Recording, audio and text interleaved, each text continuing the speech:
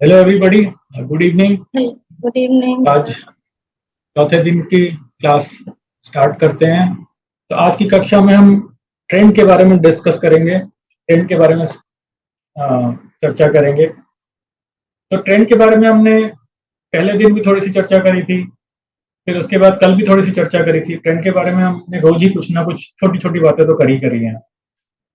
तो आज हम देख लेते हैं कि ट्रेंड का क्या महत्व है।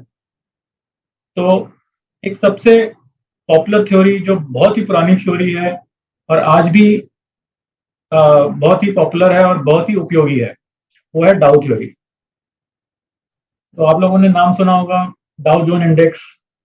तो डाउ जोन इंडेक्स जो डीजीआई बोलते हैं या डाउ जोन इंडेक्स बोलते हैं, वो अमेरिकन मार्केट का, न्यूयॉर्क स्टॉक एक्सचेंज का इंडेक्स है। जैसे हमारे पास यहाँ पे निफ्टी है, बैंक निफ्टी है, या बीएसई में सेंसेक्स है, वैसे ही वहां पे डीजीआई या डाउ जोन इंडेक्स है। तो ये जो डाउ जोन इंडेक्स है, ये बहुत पुराना इंडेक्स है, 1900 के स्टार्ट में बना था। और ये चार्ल्स डाउ हैं जिन्होंने, और इनके पार्टनर थे, इनका मेरे को पूरा नाम याद नहीं है, उनका जोन्स लास्ट नेम था। तो इन दोनों ने मिलके ये इंडेक्स बनाया था और उन्होंने थ्योरी लिखी। लेकिन ये जर्नलिस्ट थे और वॉल स्ट्रीट जर्नल के लिए पहले लिखते लिखते थे। लेकिन जब इनकी मृत्यु हो गई तो इनकी जो रिसर्च थी, उसके बाद इनके जो पेपर्स थे उनको असेंबल करके, उनको एकत्रित करके एक डाउ थ्योरी बनाई गई, जो इन्होंने अपनी रिसर्च में काफी अपने फाइंडिंग्स में लिखी थे। तो डाउ थ्योरी कहती है कि ये 6 पॉइंट्स हैं, जिसमें आज की डेट में भी ये 100 साल बाद भी ये रिलेवेंट है। और ये नहीं है कि वो सिर्फ न्यूयॉर्क स्टॉक एक्सचेंज के लिए या डाउ जोन इंडेक्स के लिए रिलेवेंट है। ये हर एक वर्ल्ड के हर एक मार्केट के लिए, हर तरह के मार्केट के लिए, चाहे वो स्टॉक मार्केट हो, बॉन्ड मार्केट हो, सभी तरह की मार्केट के लिए ये उपयोगी है। तो इन्होंने 6 पॉइंट्स बताए। तो ये 6 पॉइंट्स का हम जल्दी से देख लेते हैं क्या चीज है। पहला पॉइंट है द मार्केट डिस्काउंट्स एवरीथिंग। तो ये हमने इसकी चर्चा कल भी करी थी और परसों भी करी थी। मार्केट डिस्काउंट्स एवरीथिंग का मतलब ये है कि मार्केट को सब पता है कि एक स्टॉक कोई भी ले लेते हैं, चाहे वो एचडीएफसी बैंक हो, इंफोसिस हो, रिलायंस हो, कोई भी स्टॉक हो, मार्केट को पता है कि उसका भाव क्या होना चाहिए। मार्केट मतलब मार्केट पार्टिसिपेंट्स, मतलब मेरे और आप जैसे लोग, कुछ छोटे ट्रेडर्स, कुछ बड़े ट्रेडर्स, कुछ बहुत बड़े ट्रेडर्स। तो किसी को कुछ पता है, किसी को कुछ पता है, किसी को समाचार के बारे में पता है, कोई कंपनी के अंदर काम कर रहा है, उसको कंपनी के बारे में ज्यादा अच्छी तरह से पता है, कोई न्यूज चैनल्स पे काम कर रहा है, उनको खबर जल्दी मिल जाती है, कोई अखबार के लिए काम कर रहा है, जिनको खबर जल्दी मिल जाती है। और फिर उसके बाद ओपिनियंस, क्या हम सबको एक समान तरीके से इंफॉर्मेशन की पता है, परंतु मेरा ओपिनियन और आपका ओपिनियन अलग अलग हो सकता है। मेरे को लगेगा कि ये स्टॉक अभी ऊपर जाना चाहिए, आपको लगेगा ये स्टॉक नीचे जाना चाहिए। तो जब हम सारी चीजें मिला देते हैं, हर एक ट्रेडर का के पास जो इंफॉर्मेशन है और हर एक ट्रेडर का जो ओपिनियन है, वो सब मिला देते हैं, तो वो चार्ट में दिखता है, वो भाव में दिखता है। तो मार्केट डिस्काउंट्स एवरीथिंग का मतलब ये है कि कोई भी खबर है, कंपनी के रिजल्ट्स आ रहे हैं, आरबीआई की पॉलिसी आ रही है, कोई ग्लोबल इवेंट हो गया है, कहीं पे युद्ध हो गया है, वॉर छिड़ गई है, कहीं पे मतलब ऑयल का दाम ऊपर चला गया है, नीचे चला गया है, तो सब कुछ मिला जुला के जो भाव आपको दिखता है वही सही भाव है। तो और मार्केट को आगे आने हो क्या सकता है उसकी भी कुछ उम्मीद होती है, उसके बारे में भी कुछ मार्केट के को पता होता है कि अगर हो सकता है आने वाले समय में मार्केट को लगेगा कि इंटरेस्ट रेट्स नीचे जाएंगे, तो भाव में वो दिख जाएगा, पहले ही दिख जाएगा। तो जब हम ट्रेडिंग करते हैं, चार्ट्स के जरिए ट्रेडिंग करते हैं, तो हम चार्ट को देख के ही समझते हैं कि अब क्या हो सकता है। तो जैसे कल हमने बात करी थी कि हमने एक चीज बोली थी कि how is more important than the why. तो चार्ट कैसे रिएक्ट कर रहा है, भाव कैसे रिएक्ट कर रहा है, क्यों कर रहा है, उससे हमको कोई मतलब नहीं है। वो इन्फ्लेशन की वजह से कर रहा है कि कंपनी ने कोई अनाउंसमेंट करी है उसकी वजह से कर रहा है, कि हो सकता है प्राइम मिनिस्टर ने कुछ अनाउंसमेंट करी हो, फाइनेंस मिनिस्टर ने कुछ अनाउंसमेंट करी हो, या फिर कोई ग्लोबल इवेंट हो गया हो। तो हमको क्यों से कोई मतलब नहीं है। हमको ये देखना है कि जो इतने सैकड़ों लोग, हजारों लोग, लाखों लोग जो ट्रेडर्स हैं और वो जो उस स्टॉक पे काम कर रहे हैं, वो कैसे रिएक्ट कर रहे हैं। और जब वो रिएक्ट करते हैं तो मिलजुल के जो एक चार्ट बनता है उसको हमने समझना है। तो how is more important than the why. तो ये पहला पॉइंट था, द मार्केट डिस्काउंट्स एवरीथिंग। दूसरा पॉइंट, उन्होंने बोला कि there are three kinds of market trends, primary trend, secondary trend and minor trend. तो ये हमने ट्रेंड्स के बारे में पहले भी चर्चा करी है, लेकिन अभी हम क्या करते हैं, चार्ट्स पे चलते हैं और देख लेते हैं कि चार्ट में क्या दिख रहा है। रुकिए जरा, ठहरिए, मैं आपको एक छोटा सा संदेश देना चाहता था। मैं स्विंग ट्रेडिंग पर एडवांस क्लासेस भी लेता हूं। अगर आप मेरी एडवांस क्लास लेना चाहते हैं तो मुझसे व्हाट्सएप या ईमेल पर संपर्क कर सकते हैं।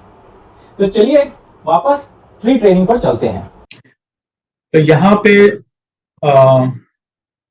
हमको एक तो 5 मिनट का चार्ट खुला हुआ है, एक मंथली चार्ट खोल लेते हैं। और यहाँ पे मैंने ये मूविंग एवरेजेस हैं, इसको हटा देते हैं एक बारी के लिए। ये एशियन पेंट्स का चार्ट है। तो एशियन पेंट्स का चार्ट अगर आप देखेंगे तो ये काफी लंबे समय से अप ट्रेंड में था। तो अगर आप यहाँ देखें, समझ लीजिए मतलब 2013-14 या उससे भी पहले से ये एक अप ट्रेंड में था। तो ये ट्रेंड यहाँ ऐसे अप ट्रेंड में चल रहा है।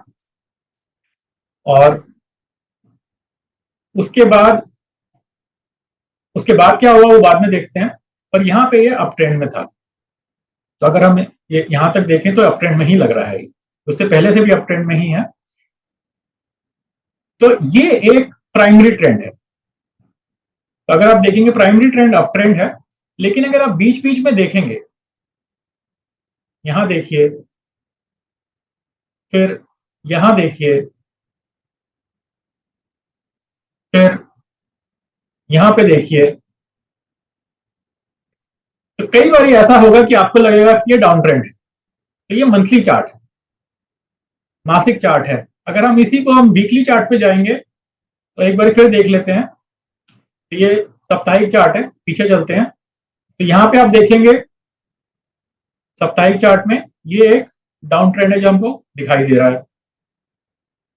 यहां पे डाउन ट्रेंड दिखाई दे रहा है, इसको थोड़ा सा इधर शिफ्ट कर सकते हैं। और बीच में और छोटे डाउन ट्रेंड्स भी हैं, ये वाला डाउन ट्रेंड भी है जैसे, जो हमको मासिक चार्ट पे इतना अच्छा नहीं दिखाई दे रहा था। तो ये भी डाउन ट्रेंड है। तो ऐसे कई आपको बीच में डाउन ट्रेंड दिखेंगे। तो क्या इसका क्या मतलब है कि अब स्टॉक डाउन ट्रेंड में आ गया है? नहीं, ऐसा नहीं है। तो हम मासिक चार्ट पे दोबारा चलते हैं। तो ऐसा नहीं है कि वो डाउन ट्रेंड में आ गया स्टॉक, बस इतना ही है कि स्टॉक का एक प्राइमरी ट्रेंड है जो अप ट्रेंड है। तो प्राइमरी ट्रेंड अप ट्रेंड है, लेकिन बीच बीच में सेकेंडरी ट्रेंड आते हैं जो छोटे ट्रेंड्स होते हैं, जो मेन ट्रेंड के ऑपोजिट होते हैं। तो अगर कोई स्टॉक डाउन ट्रेंड में है तो एक डाउन ट्रेंड वाला स्टॉक भी ढूंढते हैं, फिर उसके बाद पॉइंट पे दोबारा आएंगे। कोई स्टॉक ढूंढते हैं जो डाउन ट्रेंड में गया हो काफी लंबे समय के लिए।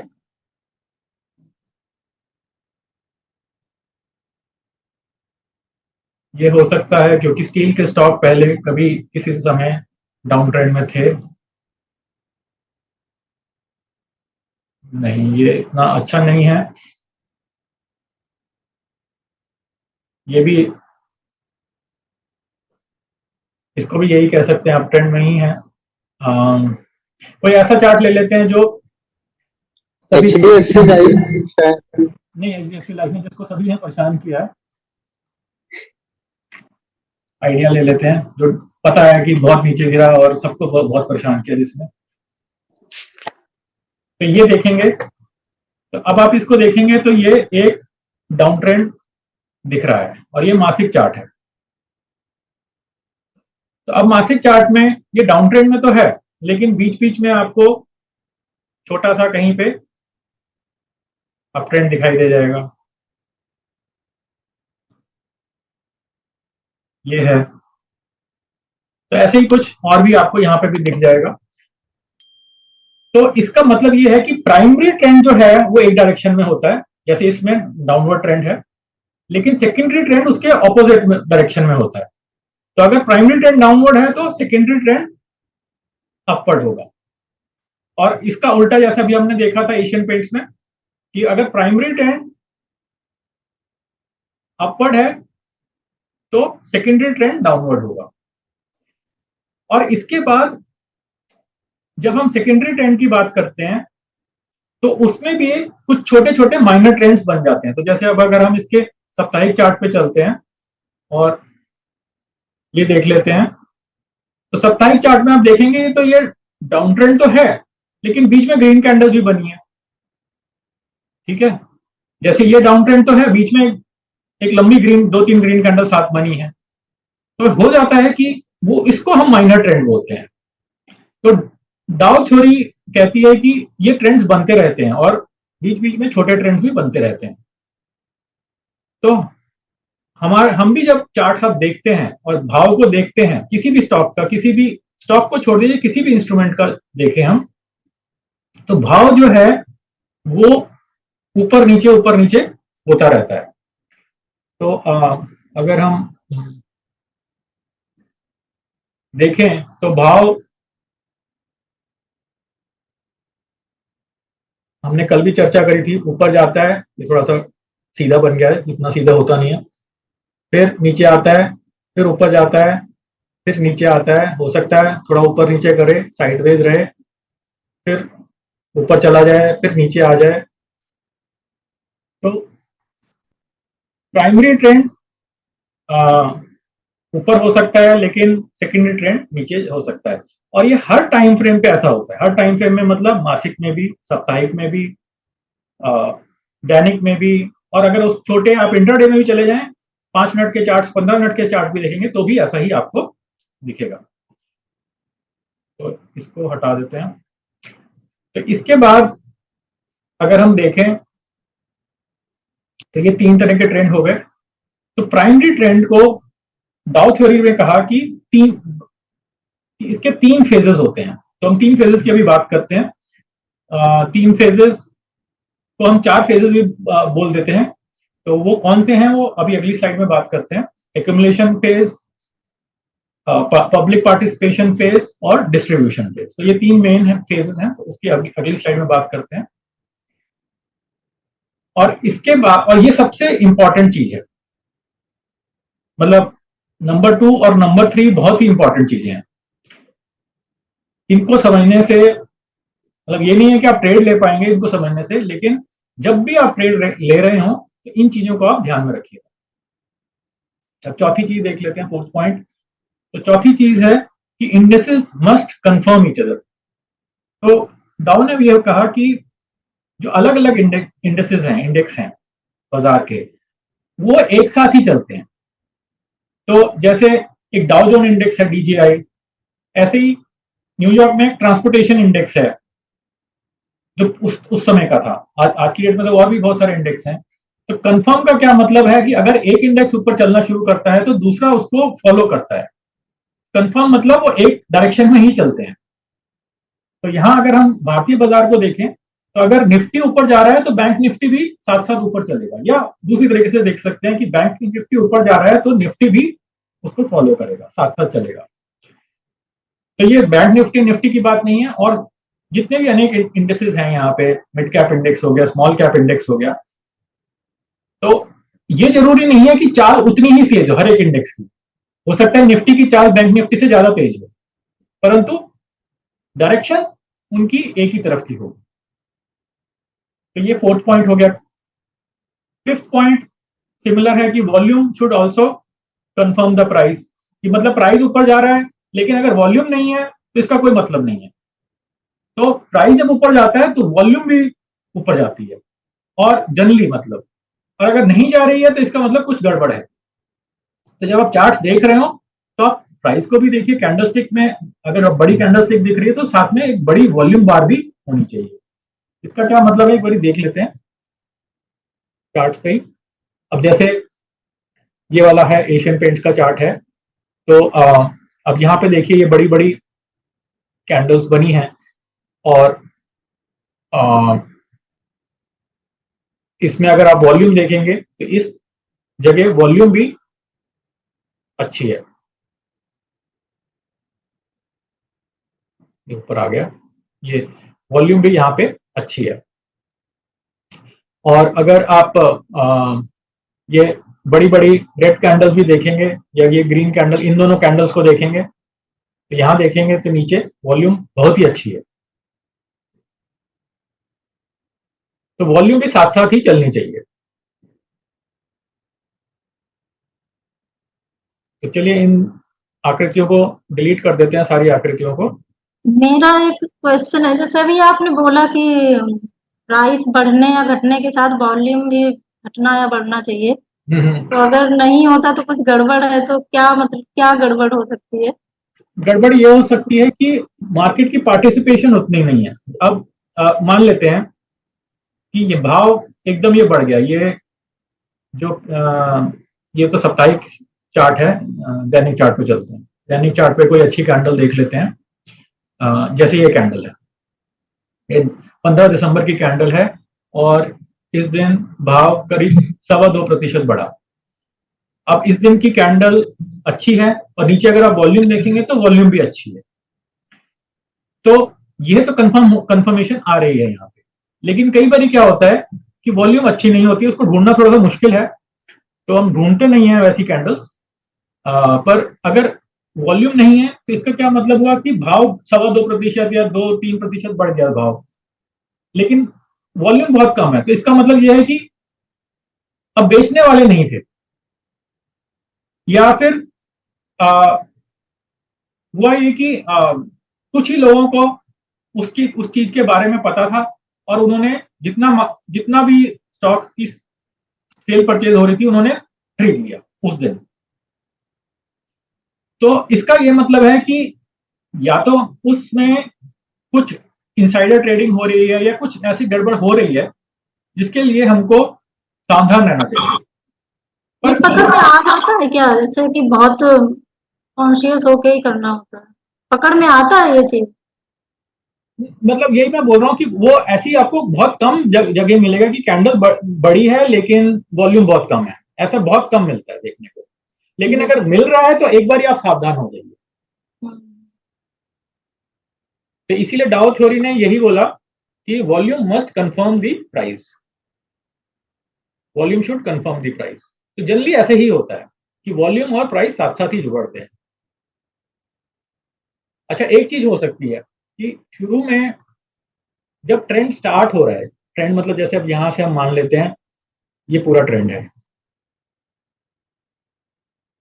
तो ट्रेंड यहां पे स्टार्ट हुआ, तो किधर गया, हाँ,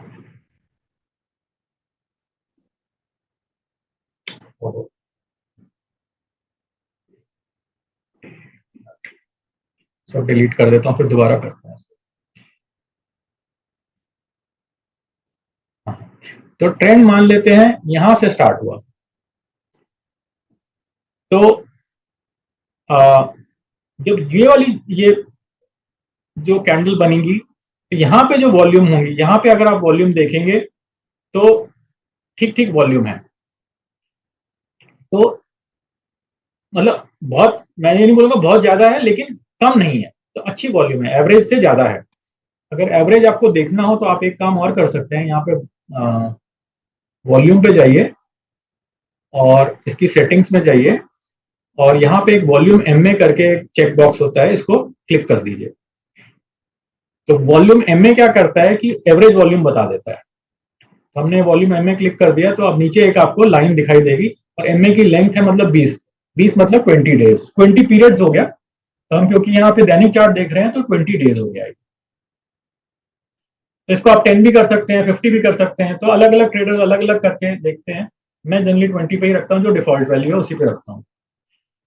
तो अब यहाँ पे देखेंगे तो ये जो वॉल्यूम है ये एवरेज वॉल्यूम के आसपास ही है, मतलब जो ये नीली रेखा है जो एवरेज वॉल्यूम बता रही है उसके आसपास ही है। अगर इससे कम ज्यादा कम होता तो हमको थोड़ा संशय होता कि क्या हो रहा है, कि ट्रेंड चेंज हो रहा है, ग्रीन कैंडल्स बननी स्टार्ट हो गई हैं लेकिन वॉल्यूम नहीं बढ़ रही है, तो कुछ गड़बड़ है।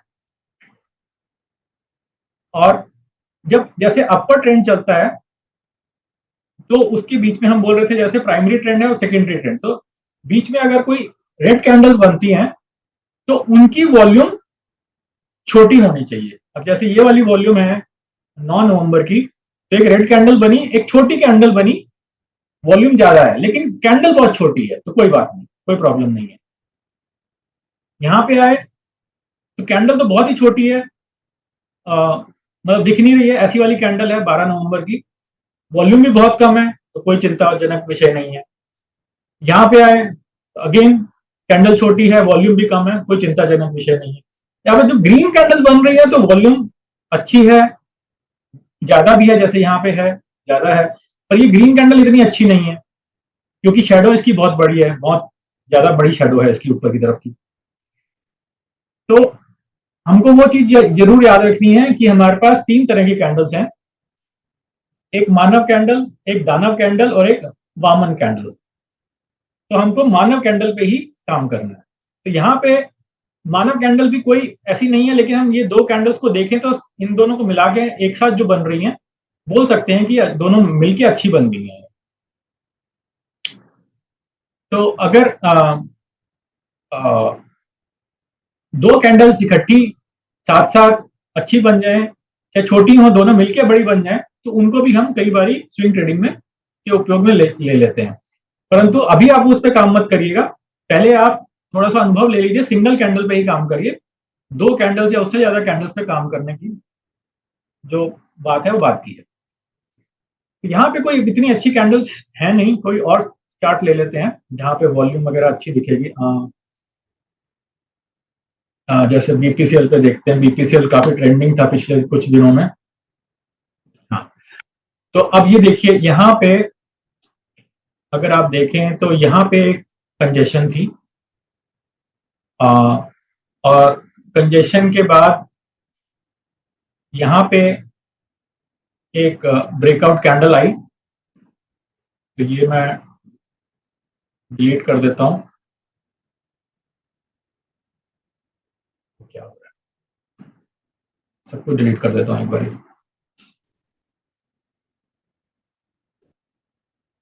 और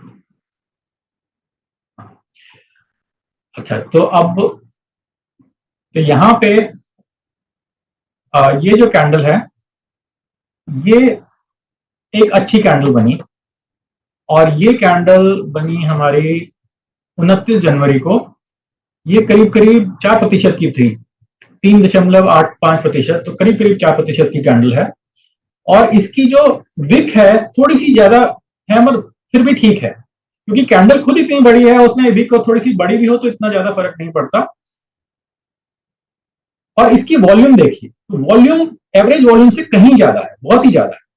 और इसके पीछे चले जाए तो वॉल्यूम एवरेज से कम ही है, 1-2 कैंडल्स को छोड़ के एवरेज से कम ही है। तो आप इस कैंडल को देख लीजिए और उसके बाद वाली कैंडल को भी देख लीजिए, तो वॉल्यूम दोनों की बहुत अच्छी है। और अगर आप इसके पीछे चले जाएं तो ये यहाँ पे वॉल्यूम अच्छी है, 16 जनवरी की जो है कैंडल, लेकिन ये कैंडल ये भी ठीक है पर इतनी अच्छी नहीं है जितनी बाद वाली कैंडल है। ये 2% की 2.80% की कैंडल है, और इसकी भी विक थोड़ी सी बड़ी है। तो हमको ऐसी ही कैंडल देखनी पड़ती है, ढूंढनी पड़ती है। जैसे ये वाली कैंडल है, ये बहुत ही अच्छी कैंडल है, तो ये कैंडल है हमारी करीब करीब 2.5% की, और वॉल्यूम बहुत अच्छी है। तो अगर किसी ने यहाँ पे भी ट्रेड लिया होता तो वो ठीक ट्रेड था। वो हुआ ये कि उसके बाद बाजार थोड़ा सा और कंसोलिडेट कर गया, मतलब हो सकता है 10-15 दिन और कंसोलिडेट कर गया, उसके बाद ही उसने ब्रेकआउट किया। तो कई बार ऐसा हो जाता है कि आप कैंडल तो ढूंढ लेते हैं, पर कई बार फिर आपको इंतजार करना पड़ता है, और जब जैसे जैसे आपको अनुभव बढ़ता जाएगा तो इंतजार थोड़ा सा आपका कम हो जाएगा। वो तो आपको ये पता लग जाएगा कि ये वाली कैंडल अच्छी है कि अभी एक और कैंडल इससे अच्छी बनने वाली है, तो वो थोड़ा सा आपको अनुमान हो जाता है, तो वो अनुभव से ही आता है। अभी के लिए तो हम ये बोलते हैं कि जब आपकी कैंडल अच्छी बनेगी, मतलब कैंडल बड़ी बनेगी, तो वॉल्यूम भी अच्छी होगी। और अप ट्रेंड है, जैसे ये अप ट्रेंड है, तो उसमें जब आपके पास, जैसे हम ये बोल देते हैं यहां से यहां तक ये अप ट्रेंड है, तो अब जब आप यहाँ पे ग्रीन कैंडल देखेंगे तो इनकी वॉल्यूम बहुत अच्छी है सभी की, और बीच में कोई रेड कैंडल आ जाती है तो रेड कैंडल एक तो बहुत छोटी है, वॉल्यूम भी कम है उसकी। फिर जब ये आ जाते हैं तो यहाँ पे आ जाते हैं, ये 7 फरवरी की कैंडल है, तो वॉल्यूम कम हो गई है और कैंडल भी बहुत छोटी है। फिर आगे ये दो हैं, इसमें वॉल्यूम थोड़ी सी अधिक है पर कैंडल इतनी अच्छी नहीं है। ये कैंडल बड़ी है 12 फरवरी की, लेकिन इसकी वॉल्यूम बहुत कम है।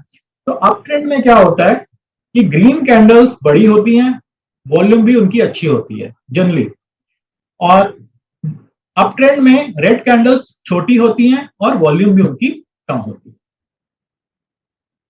तो ये चीज मतलब आपके जो प्रश्न थे उसका उत्तर हो गया कि कुछ और एक दो एग्जांपल्स देखें।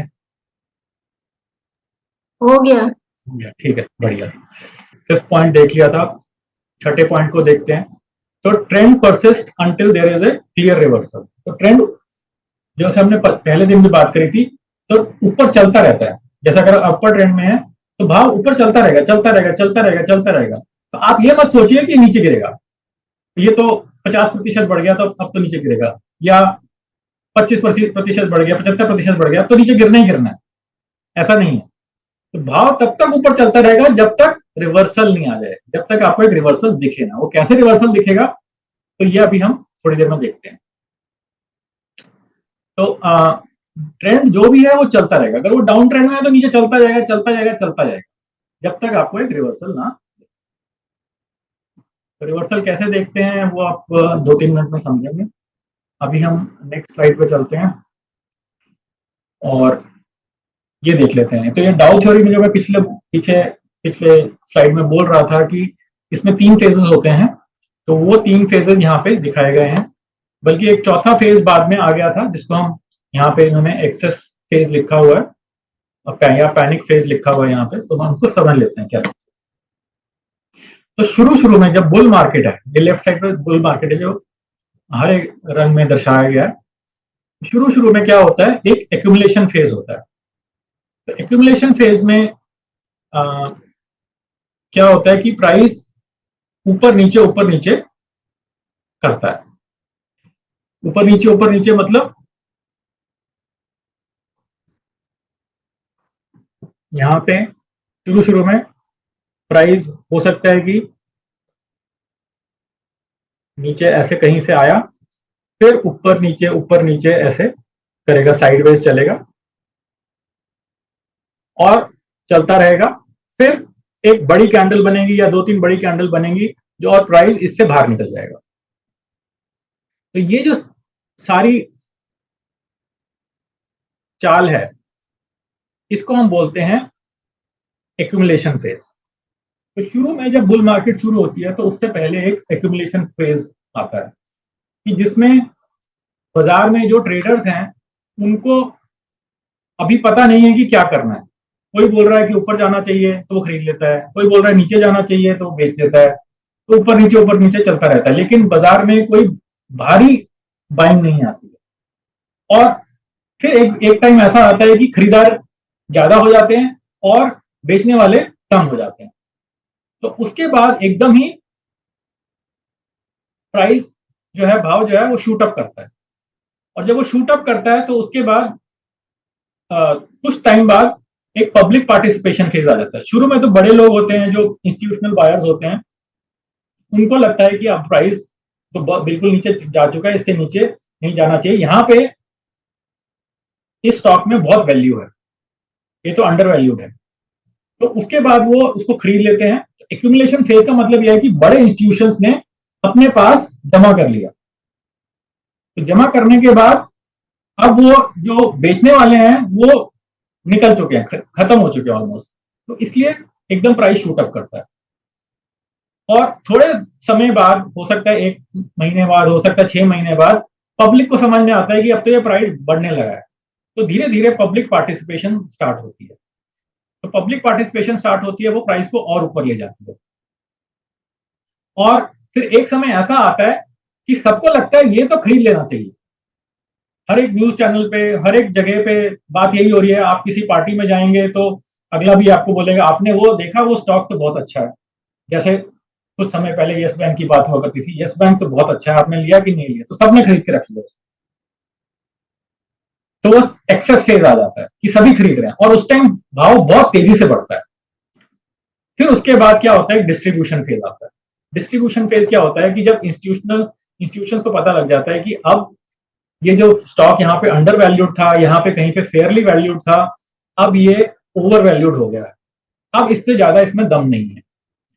तो डिस्ट्रीब्यूशन फेज में वो डिस्ट्रीब्यूट करते हैं, तो रिटेल को, पब्लिक को वो अपने स्टॉक्स बेचते हैं। तो इंस्टीट्यूशन जब बेचना शुरू करते हैं तो पब्लिक को पता नहीं है अभी, और रिटेल पब्लिक आ रही है इस टाइम, तो रिटेल पब्लिक फिर भी खरीदती रहती है। तो इंस्टीट्यूशन यहाँ पे बाहर निकल जाते हैं।